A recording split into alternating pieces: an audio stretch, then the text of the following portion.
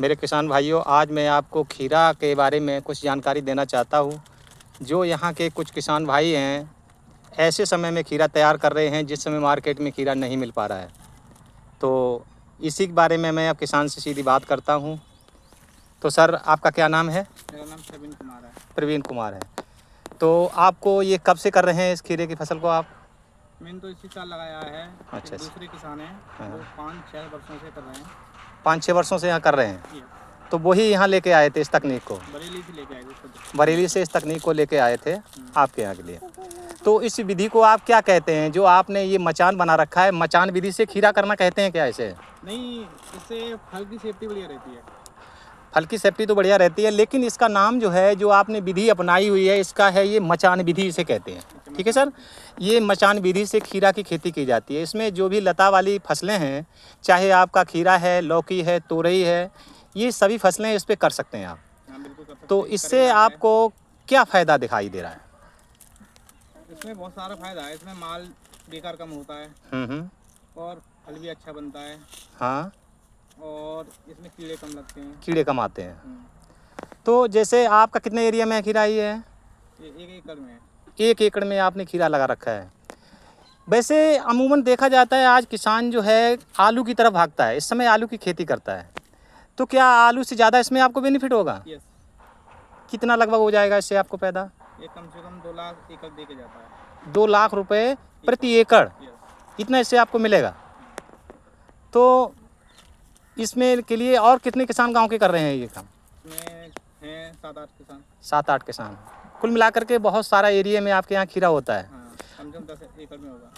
चूँकि हमारे चारों तरफ देखा जाए, एक तरफ किसान देखते हैं कि आलू की तरफ भाग रहा है, और आलू का रेट कभी कभी एकदम बहुत जीरो हो जाता है। जीरो भी हो जाता है, कभी हाई भी हो जाता है। कुछ भी नहीं मिल पाता है किसान को। तो इस कंडीशन में आप विकल्प के तौर इसे कर रहे हैं आप, बिल्कुल। उससे अच्छे बेनिफिट आपको मिल रहा है। इसमें मटर भी लगा सकते हैं। अच्छा, इसके बाद फिर मटर लगाएंगे आप? यस। अच्छा, तो इसमें अमूमन आप जो आप देख रहे हैं, इसमें आपको कौन सी वैरायटी लगाई है? देसी है या कौन सा है ये? ये देसी वैरायटी है।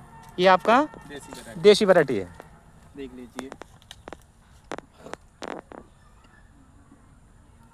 तो देखिए किसान भाइयों, ये हमारे किसान जो खड़े हैं हमारे सामने, इन्होंने देसी खीरा लगा रखा है। इसमें इस समय मार्केट की क्या वैल्यू है? अभी 30 रुपए केजी चल रहा है। 30 रुपये पर केजी के हिसाब थोक भाव चल रहा है। हाँ। अरे भाई, तब तो बहुत अच्छा इसमें आपको मिलेगा प्रॉफिट। और ऊपर भी बढ़ सकता है, घट भी सकता है। ये ऊपर जाएगा, हम ऊपर जाने के चांसेस ज़्यादा है। हाँ। तो ये वैसे आपने किस समय फसल लगाई थी ये आपने? ये सावन के लास्ट वीक में लगाई है। सावन में लास्ट? यस। तो इसका मतलब आज से आपने लगभग 45 दिन पहले, 50 दिन पहले लगाई थी सर। ठीक है, आज कितनी तारीख हो गई है? 17/10/2024 हो गई है। तो इससे आपने करीब जा करके 50 दिन पहले ये फसल लगाई थी। ठीक है, इसके बाद तो आपको इसमें बरसात भी आई, इसका कोई असर नहीं आया आपके ऊपर? आया सर, क्यों नहीं आया सर? अच्छा, बरसात में भी आपको कुछ दिक्कत हुई? क्या क्या दिक्कत हुई इसमें, जैसे बरसात में आपको? इसमें अगर पानी भर जाए तो ज़्यादा दिक्कत आती है। वैसे कोई नॉर्मली बात है वैसे। अच्छा, खेत में यदि पानी भर जाता है तो दिक्कत आ जाती है, फसल हमारी ख़राब हो जाती है। तो इसके लिए आपने क्या विकल्प किया इसमें, या आपने जो ये बना रखे हैं, ये बेड सिस्टम बनाया है, ये बेड पे आते हैं? हाँ, बेड बनाया है आपने। तो इस बेड से क्या है, बरसात में आपको इससे आपको फसल बच जाती है आपकी। जैसे पानी इसमें गहियों में भर जाएगा, अब ज़्यादा ही पानी पड़ेगा फिर तो वो नुकसान ही नुकसान है। हाँ हाँ, अगर नॉर्मली रहा तो इसमें भर जाएगा, ये खाली रहेंगे ऊपर वाले। ये खाली रहेंगे। तो इसका मतलब ये है, यदि आप बेड पे कर रहे हैं तो आपकी फसल सुरक्षित रहती है पानी से भी। ठीक है, जबकि अच्छा, हाँ भाई, आइए सर आपसे बात करनी। आइए सर, आपकी देन है ये इस गांव को। चल, कोई दिक्कत नहीं, आइए सर, आइए प्लीज़ सर, प्लीज़ सर, आइए प्लीज़। नहीं सर, आइए सर।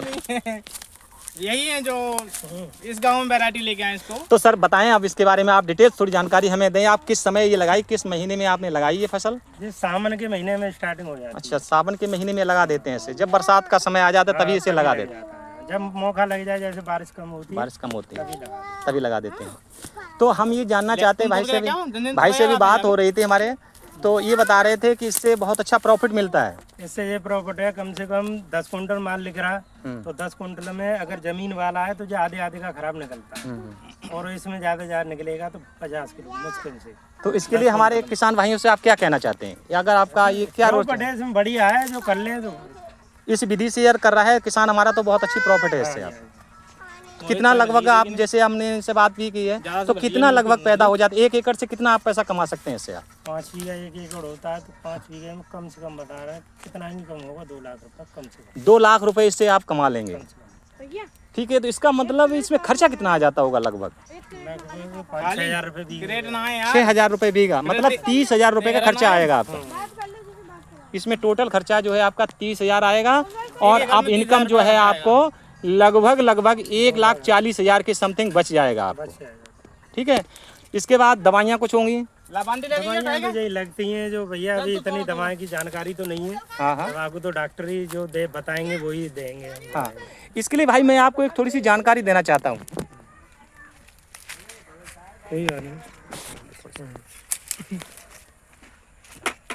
हाँ, वीडियो बनाइए। इसके लिए मैं आपको थोड़ी सी जानकारी देना चाहता हूँ। जैसे जो आपकी प्रॉब्लम है फल कानी, मुख्य चीज़ ये क्या आता है? जो बर्रिया होती है वो, ये आपको मालूम है? ये आपको मालूम है कैसे होता है? मुझे मालूम नहीं है। देखिए मैं बता रहा हूँ आपको, जो आपका फल कानी हो रहा है, ये है फ्रूट फ्लाई के कारण। इसमें क्या होता है, एक फल मक्खी होती है, फल मक्खी, जो पीली मक्खी, छोटी सी पीली आपके यहाँ घूम रही है। देखिए देखो जहाँ बैठी होगी अभी। ये पीली मक्खी जो है आकर दवा लग गई है कल, इसलिए नहीं है, नहीं होती है पीली मक्खी। देखिए यहाँ बैठी होगी कहीं न कहीं आपको। ये पीली मक्खी क्या करती है, आके डंक मार देती है फल में। डंक मारने के बाद चाचा लेने आया हो जाता है। इसके लिए आप एक काम कर सकते हैं, दवा के अलावा इसका एक विकल्प है। इसके लिए आपका एक फेरोमोन टैप आता है।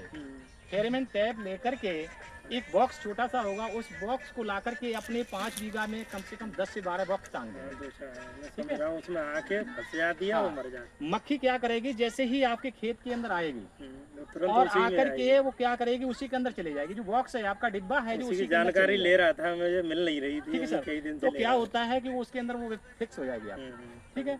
अब क्या होगा, जो क्यों आती है ये आपको जानना है, इसमें डब्बे के अंदर क्यों जाती है। इसमें क्या होता है, इसके अंदर मादा मक्खी की गंध होती है। इसमें मादा मक्खी की गंध होती है। इस गंध से जैसे ही ये मक्खी आती है और उस गंध को सूंघती है, आकर के डिब्बे पे बैठ जाती है और जाकर के घोल के अंदर चली जाती है, ठीक है। इस प्रकार से जब वो अंदर चली जाती तो मक्खी मर जाती है। मर जाती फिर नुकसान कौन करेगा आपका। इस प्रकार से आप इससे केमिकल से बच सकते हैं।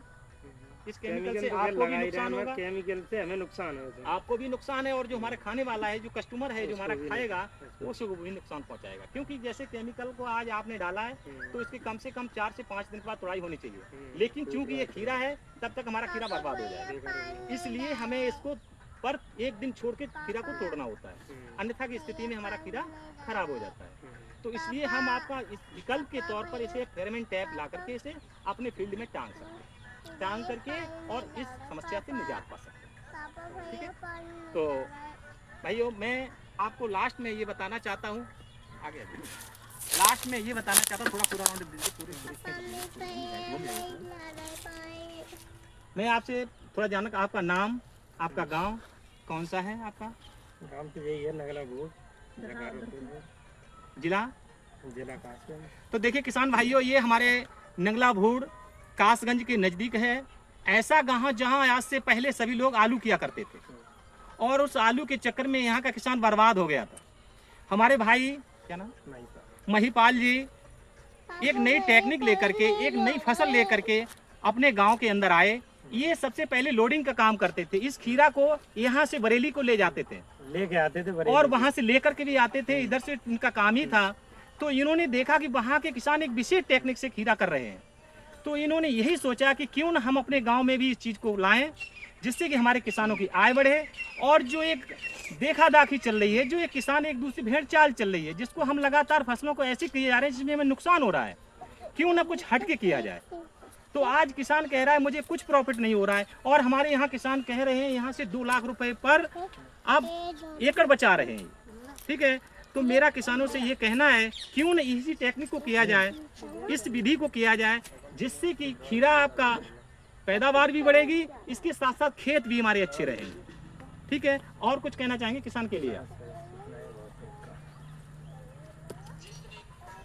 तो देखिए भाइयों, कितना सुंदर सुडौल खीरा इस समय ये भाई ने पैदा किया है। ये ऐसे किसान हैं हमारे, ऐसे जागरूक किसान हैं। ऐसे अगर हमारे जागरूक किसान 2, 4, 6, 10 प्रत्येक गांव में हो जाएं, तो हमारे किसान की जो दयनीय स्थिति है वो सुधर सकती है। क्योंकि क्या होता है, अब किसान आलू किए जा रहा है। आलू में क्या होता है कि हमें कभी कभी जाकर के पैकेट के भाव से फेंकना भी पड़ता है आलू। एक बार अगर हमें भाव मिल भी गया कोल्ड स्टोर से लेकर खेत तक, हमारा किसान उस समय नहीं बेच पाता है। जैसे इस समय देख लीजिएगा, अभी भाव 1300 रुपए का था, तब किसानों ने नहीं बेच पाया। अब आकर के 500-600 रुपए बिक रहा है, तब किसान भगभड़ा फिर रहा है। हो सकता है इसका ये भी दाम न मिले, और मिल भी सकता है, लेकिन रिस्क है। आलू एक रिस्क की फसल है, और ये हमारे किसान के लिए बहुत लाभकारी फसल है। इसे किसान हमारा पैदा करके 1 महीना मिलता है, 1 महीने में कितना घटे, कहीं बढ़े कहीं घटे, फिर भी आपका एवरेज आता मिल जाता है। ठीक है सर, बहुत बहुत धन्यवाद आपको। नमस्कार, जय हिंद, जय किसान, जय भारत।